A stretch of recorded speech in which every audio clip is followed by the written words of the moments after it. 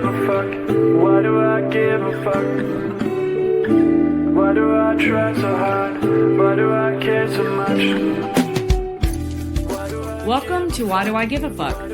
A cross-cultural conversation between myself, Deanne Tate, and Johanna Thompson. In these times of great struggle and possible shift, we ask ourselves, why do we give a fuck about any of it? How does the lens we see the world through impact what we see? And what do we do about it? Hi there. Hi, good to see you. Good to see you. We're starting of our season 3. Season 3, woohoo! We need applause. We need applause. I need to have this ready more often. Yay!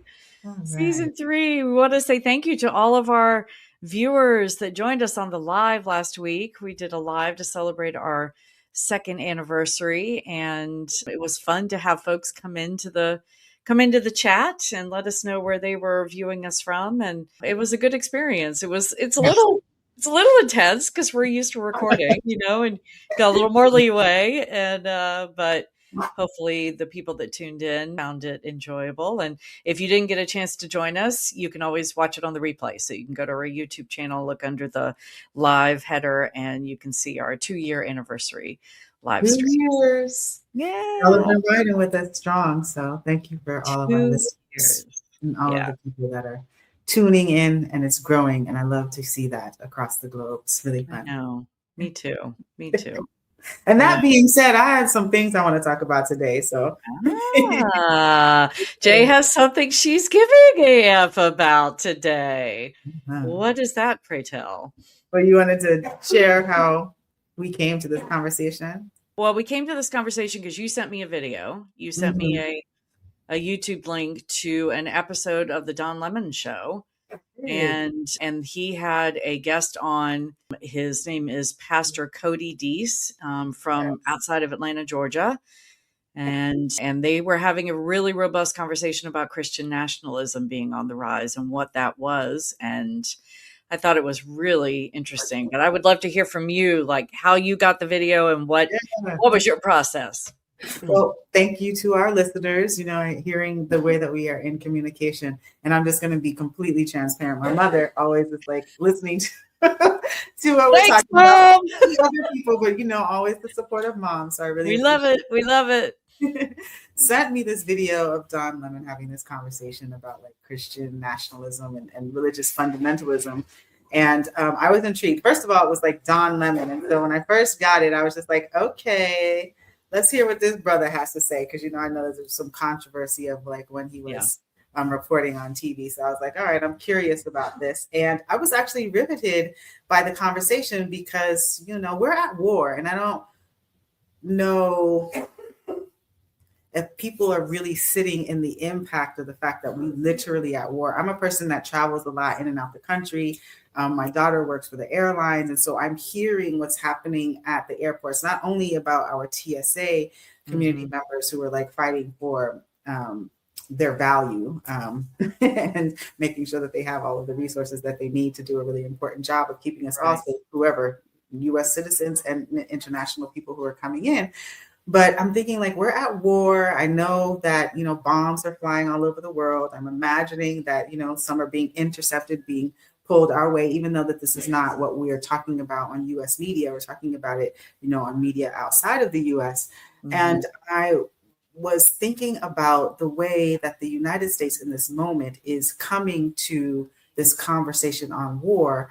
And we traditionally hold a narrative that it is okay for us to maintain manifest destiny. Manifest destiny is the way that the United States came into its development 250 years ago. And we are on this 250-year anniversary talking about the creation of the United States. And so this conversation and thinking about the 250th anniversary and how there was a lot of the work of what our forefathers was doing was to separate this idea of church and state. And that is because how folks from other countries came here. We know that the indigenous folks were here in the practice of the faith base that they understand. And religious fundamentalism and religiosity was kind of like excluded from our politics. But in this moment and with this war, we are seeing Christian nationalism being used and weaponized in a specific way that is really very harmful, in addition to being the thing that we say that other people in other countries are doing, and we call it terrorism with their religious fundamentalism. And so I thought that the conversation between Don Lemon and Pastor Cody Dees was really interesting and amplifying some of the major issues that are occurring as we're talking about this war that's happening across the globe at this point. Right. Yeah. Yeah. So I think we've touched on Christian nationalism and how it's impacting and how it's showing up, especially in the US, and on other episodes, it's come in a couple of different times, because I feel like, it's especially right now being highly, highly weaponized to explain and to justify the attacks that we have been perpetrating, the US and Israel specifically, on Iran. And so I watched this video that you sent to me, and it's too long. I'm sure you can find it and I'll put the link. Yes. We'll put the link to the original YouTube video in the description of the show, so you can go find it and watch the whole thing. Really is a really very interesting conversation, good conversation about how Christian nationalism weaves into how it's manifesting in the US, how it's being used to justify these aggressions in other places, and how ironically paradoxical it is that we're justifying attacks on Iran because we're saying that there are religious zealots, and yet we are using religious zealotism to, if that's a word, to do the very thing that we're accusing them of doing, and which I know that maybe quite a few people listening understand. Nothing is new, right? That's not a new concept, but it just, tactic. Yeah.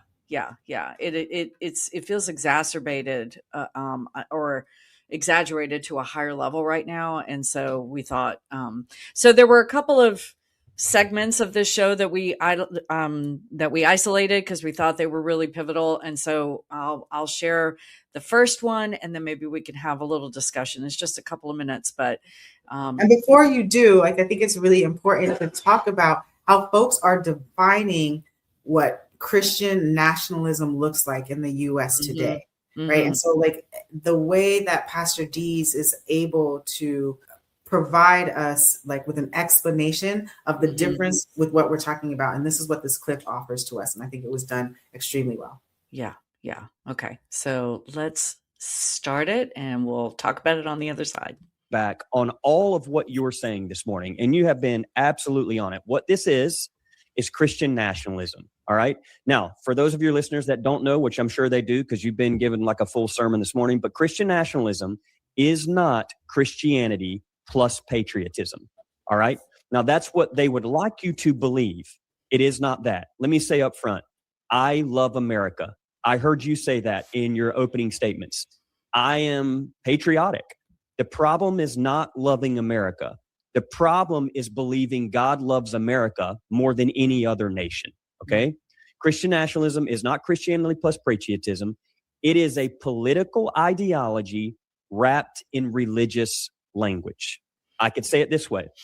It is a political ideology of white supremacy, patriarchy, misogyny, greed, and fear, carrying around the logo of Jesus.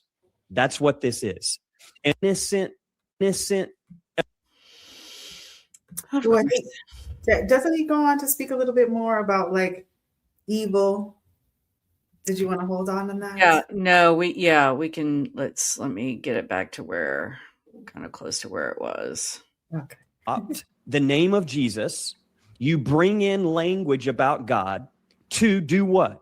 To cover or justify the acts of atrocity that you are doing. Okay. And here's what I mean. Hate always disguises itself as love. War disguises itself as just. Cruelty disguises itself as strength. Domination disguises itself as leadership. Idolatry disguises itself as devotion. And empire has always been good at this, Don. So in some ways, I'm not like overly shocked. This is what Christian nationalism is. We've been saying this for a long time. It's just now America's waking up and seeing it because Pete Hegseth is a Christian nationalist. And Christian nationalism is a very, very dangerous cancer on the movement of Jesus. Right.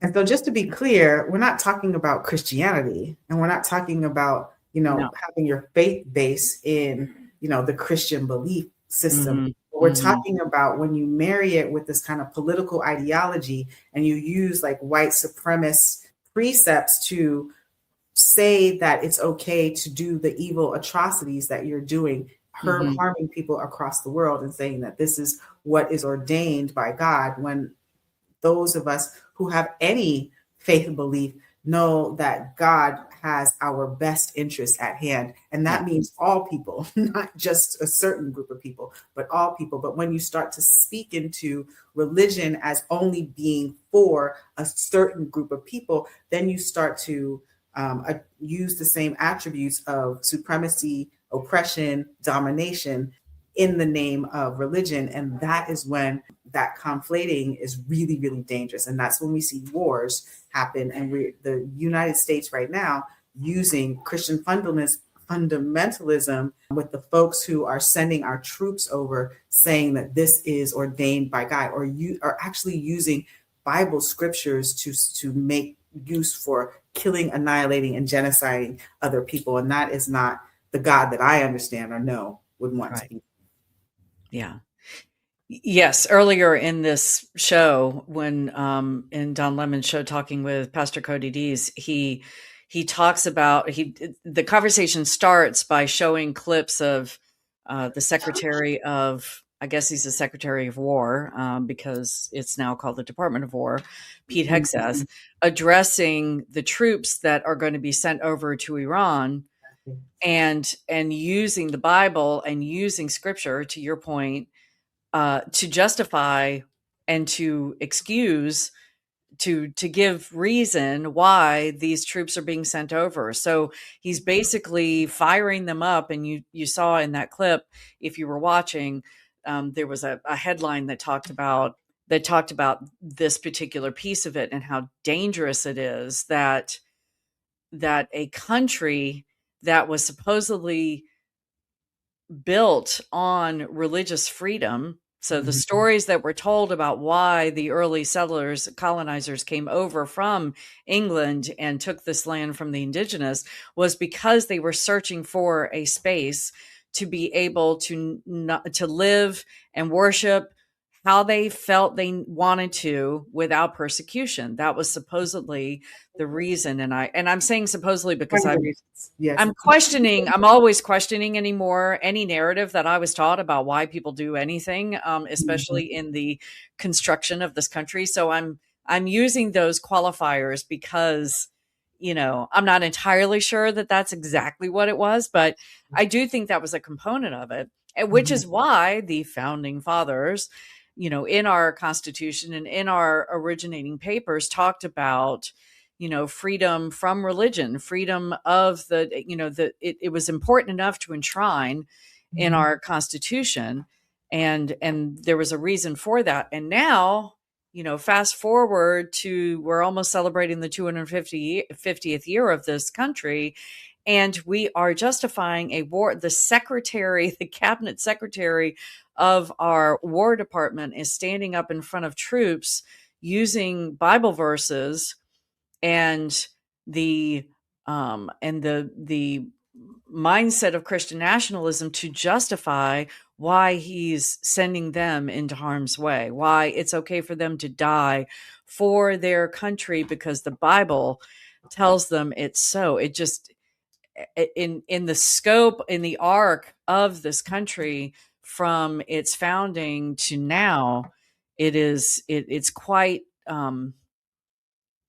illuminating to see the the transformation and what, and talk about saying the quiet part out loud. I know that we've kind of thought this way in a lot of ways for many, many decades, maybe even 100 years or so at this point. But the vitriol that's now being said out loud is really interesting and very dangerous. Very Yeah.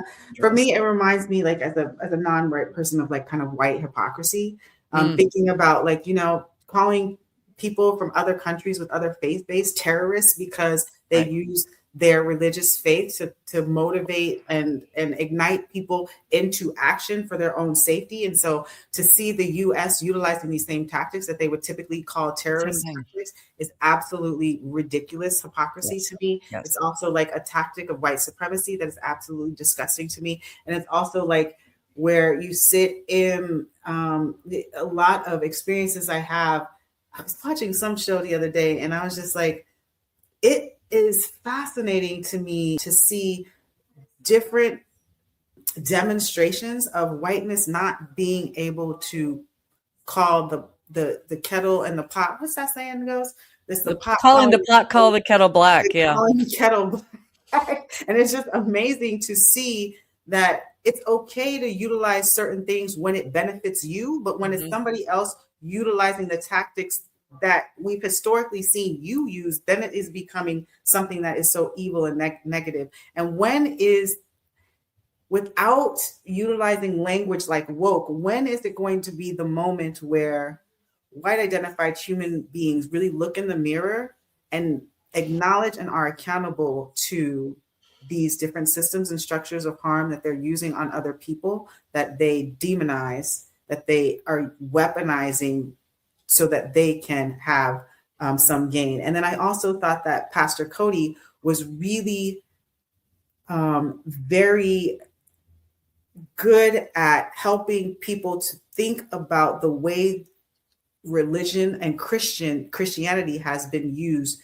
over the test of time. When he's talking about the book of Revelation and that we're in this moment of the end of times, which is a lot of elders talking about us being ready for and the way that we interpreting that something is going to be happening in the future when it's actually been existing all along. And so I thought Pastor Dees did a really good job of that. And I know that you're probably working on the technology to pull up that part of the clip. Did I look like I was being distracted? I'm sorry. No, I haven't figured out my game face for while I'm doing things in the background. I still look like I'm listening. Yeah.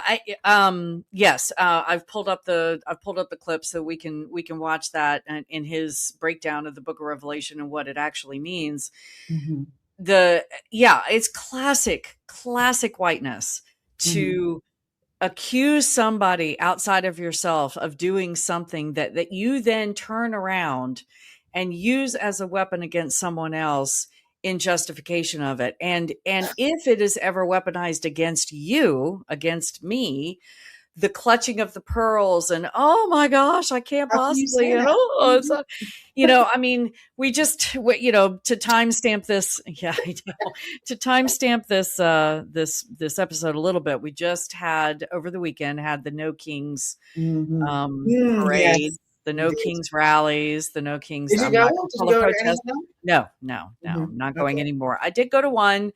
I think it was maybe the first one, but I could be wrong about that. Maybe two rallies ago, I went and I had a sign. I think we talked about this. I had a sign that talked about Palestine, and I had my keffiyeh on and all of my garb, and the stink eye that I got and the snarky, just nobody was talking about Palestine. Nobody was willing to draw the connective dots between the two. And so, so fast forward to this past weekend's No Kings rally, where I was watching, some news reports on it that were saying 8 million people across the country showed up. And my question is always, okay, so what are we doing now? It's like whiteness, because the majority of people that go to these rallies are white, which there's an argument to be said for that whiteness needs to we need to put ourselves in, we need to be the ones showing up. So I'm not necessarily, I'm not, drawing judgment on that point, But what I am drawing judgment on is the lack of. I had groups that I was a part of, members of groups that I was a part of that were intentionally going to the No Kings rallies in the different towns around where I am to bring Palestine into the dialogue. They were almost protesting the rally because they wanted to be a presence for Palestine. And I was happy to hear that they got less pushback than it sounds like I got 2 Kings rallies ago. So maybe things are shifting a little, but it's classic whiteness to get out there and be all upset about Trump and be all upset because it's impacting them. That's why they're showing up, because now they're actually feeling it. Whiteness, we have such a thick barrier around us that we often don't feel the consequences of things until it's like really, really, as Oprah said, it's the brick wall versus the 2x4 upside the head. So I'm happy to see that more people maybe are open and understanding the connectivity, and that Trump is just a manifestation of the original evil of this society, which is white supremacy. And then also on the heels of Ghana just bringing that resolution forward to the UN, and the UN passing the resolution naming the transatlantic slave trade as the gravest crime against humanity. So, I think people are waking up, but it's like because I believe that because our society is so geared towards protecting whiteness, it's taking that much more. It's taking that much longer for people that look like me to feel the impacts of what this government is doing. But I was reading a post this morning just before we came on about how whiteness needs, white people that are in this fight, that are starting to wake up or maybe have been in it for a minute, need to remember that it's not, you don't do activism when it fits into your soccer mom schedule. That's not what activism is. These are not my words. These are the words of a Black woman. So I'm not claiming them. But she's right, that, and I have to examine that for myself as well. I have to say, am I doing what I'm doing as long as it fits within my routine and my schedule, or am I actually disrupting?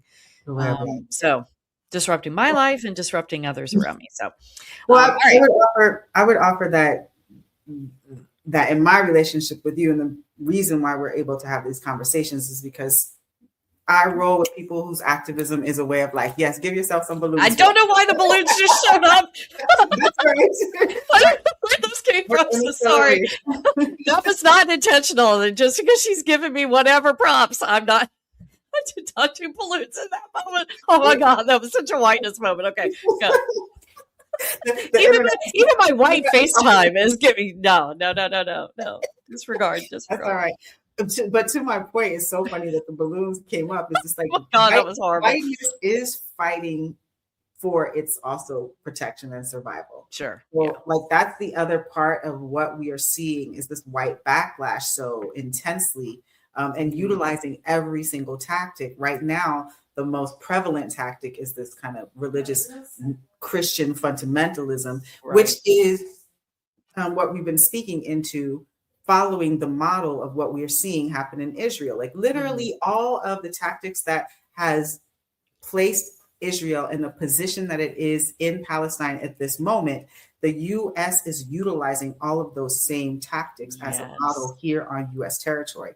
And we have to look at the parallels of harm and oppression that is occurring, not only for non-white people, but for white people who are standing against this white supremacist model and tactic of domination that's happening. And there might be a shift. I'm hearing that folks that were outspoken in support of this kind of Christian white fundamentalism power structure, even from non-white communities, the Candace Owens and all those people, now seeing the aggression that the U.S. is visibly financing against Iran and all of these things that people are starting to realize, oh, wait a minute, we are also putting ourselves as U.S. citizens in harm's way by supporting this model and tactic that we've been seeing being propagated by Israel. And that is when folks, as you're talking about this brick wall, that's when folks start to say, oh, wait a minute, we are we need to be checking in on this No Kings. And I do know people from the Black community who are like, no, I'm not going out to the No Kings Day. The white folks, we need to see the white folks show up at 99% out there marching and speaking that we don't want kings because y'all put the king into their throne. Right. But I want to speak into, since we're talking about No Kings, I want to speak into why myself and many others are dissing and saying it's not enough, because it's not. And I'm starting to see people call them rallies. Portia Noir on Instagram talked about this much more eloquently than I am, but I've started to see them calling them rallies instead of protests, because they are not protests. They are permitted. They are, you ask permission for the city to do it. You are in work. Though you are working in protesting. We've had to ask. We had to get permits to take over streets.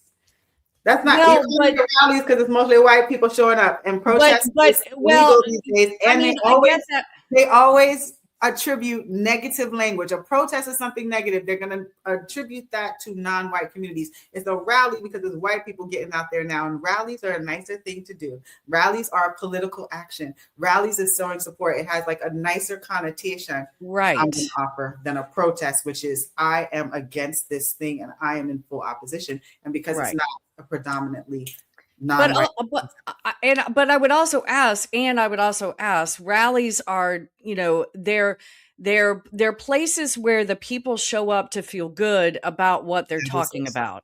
That's a rally. And that's what No Kings, in my estimation, and I'm not the only one that has seen this, that's what the No Kings ends up being. It's not, it makes the people that show up very similar to the organization that you and I worked for and how we met. Absolutely. And you and I talked about this many times, that it was more about them feeling good about working for peace than it was about actually working for peace, especially peace that didn't, how peace might look to someone who doesn't look like me.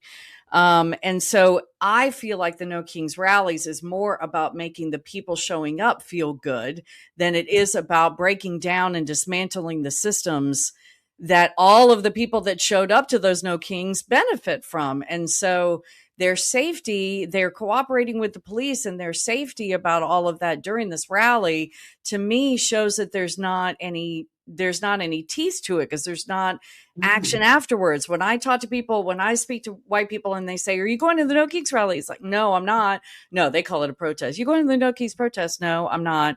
And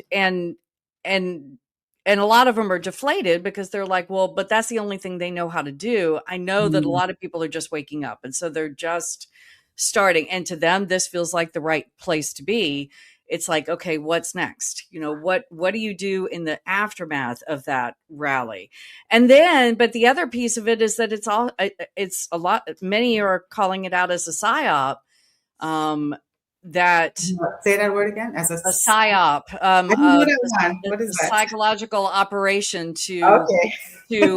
of surveillance, because the rally happened on Saturday, and then as of today, there are things floating around on social media, contests. Submit your protest pictures for, and when you submit them, you give them your identification, you give them your email.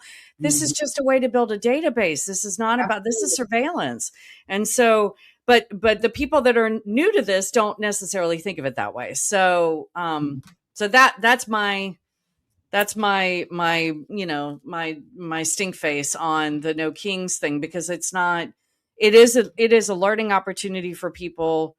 And when people ask me, did you go? No. Why didn't you go? It's like, well, what are we going to do next? What is I know that made you feel good, but what's the next thing?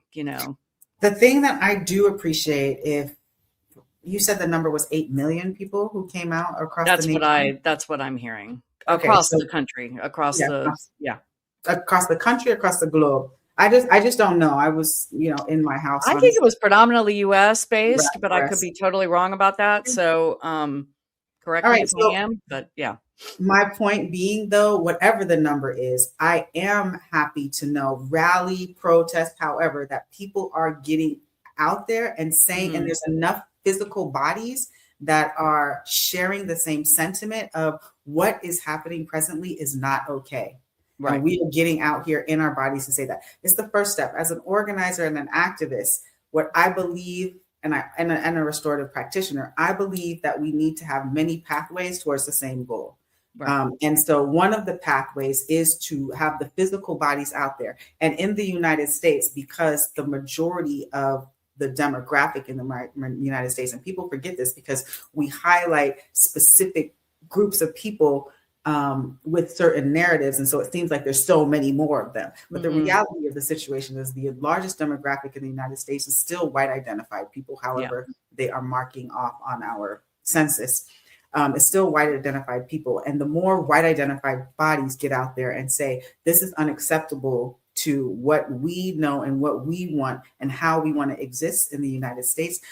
That's the first one of the processes. And now it is also to be in, we know that there's 8 million plus people that don't like it the way that it is. So now it is to go into action, to organize ourselves together, to have conversations and develop actions in the same way that the folks that are in power right now have their Project 2025. It's the same way that we need to say 8 million of us say that we don't want this. What are the steps and the actions that we are going to take to make sure that we transform it, that we dismantle it, that we disrupt it, and that we rebuild something that is more inclusive and accommodating to a larger demographic of people, which is what the United States is made of. Yes, I agree. Period. All right, here we go, administration. We figured it out. Yeah. This is what we're doing. Yeah. All of those things are true. And it's the dismantling part that I think that a lot of us who might be new to this dialogue or starting to feel this pressure are having to learn more about and do a deeper dive on. What does dismantling look like? It can be very scary for a lot of people who, especially people who look like me, who are so used to being comfortable and so used to feeling safe that it's like, you know, when you say dismantle, it's kind of the pushback of what happened when the saying defund the police came about. Everybody panicked. Oh my God, you mean we're not going to have any police? That means crime will be rampant, you know? And it's like, no, we're talking about defunding the militarization of police and taking that money and putting it into mental health services and support services and, you know, things like that. How do we reimagine the policing structure, because it's inherently racist? And so so for a lot of people, when you talk about dismantling the systems, you know, empire is falling, it terrifies them on many levels. I'm sorry, but that is like, to go back full circle, that is the reason why we're having this rise in kind of like religiosity, because people are trying to identify what is their comfortability and what is their safety. And that's when we come back to this idea of faith, but using faith for comfort and safety and for community building, like, you know, creating, you know, a community of practice of love, not a community of practice of war and violence and aggression in the name of religion. That is dangerous. And that is what I don't want to participate in, any type of faith base that's going to be about harm, aggression, violence, and domination and oppression of people. That is not how I understand religious or faith-based belief and practice to be. I believe it's about more the teachings of Jesus, the teachings of Muhammad, the teachings of Buddha. How do we have this universal connectedness? How do we build each other? How do we do mutual aid? How do we increase the human vibration rather than breaking it down and being destructive? Yeah. From your lips. Well, I know we're going to be talking about this probably in the next few episodes because we have a lot more to unpack. But thank you for bringing this interview with Don Lemon and Pastor Cody Dees to my attention, and we will talk about more on coming episodes. So we'll see you then. I'm here for it. Yes, absolutely. Thanks for joining us. Until next time, as you move throughout your day, continue to ask yourself, why do I give a Why Do I Give a Fuck is produced in collaboration with Johanna and Deanne. Music by Norwegian musician Water. See you next time.